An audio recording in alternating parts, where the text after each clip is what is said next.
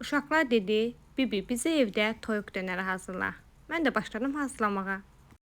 İlk öncə toyuq ətinə sarı kök, duz, istiot, tomat pastası və duru yağ əlavə edib qəşəngcə qarışdırırıq. Sonra hər iki yüzünü yaxşıca qızardıb pişiririk. Pişdikdən sonra bıçaqla xırdalayırıq. Bir qabda mayonez və ketçupu qarışdırırıq.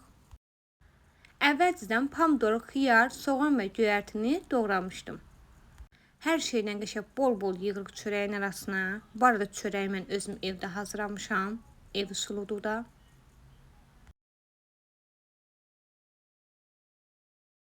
Zövqə görə duz və istiot da əlavə edirəm. Burada onu çəkməyi unutmuşam. Mən pomidor və xiyarı belə uzun sof doğradım.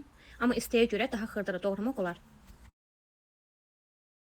İndi deyəcəksiniz ki, bəs bunun sosu hardadır? Mən sos əlavə etməmişəm, bizdə sevilmir. Siz istəsəniz tomat pastasından hazırlayıb əlavə edə bilərsiniz. İstəyə görə bunu həm çörəkdə, həm də lavaşda hazırlamaq olar. Hazırlayacaq olan hər kəsə indidən nuş olsun.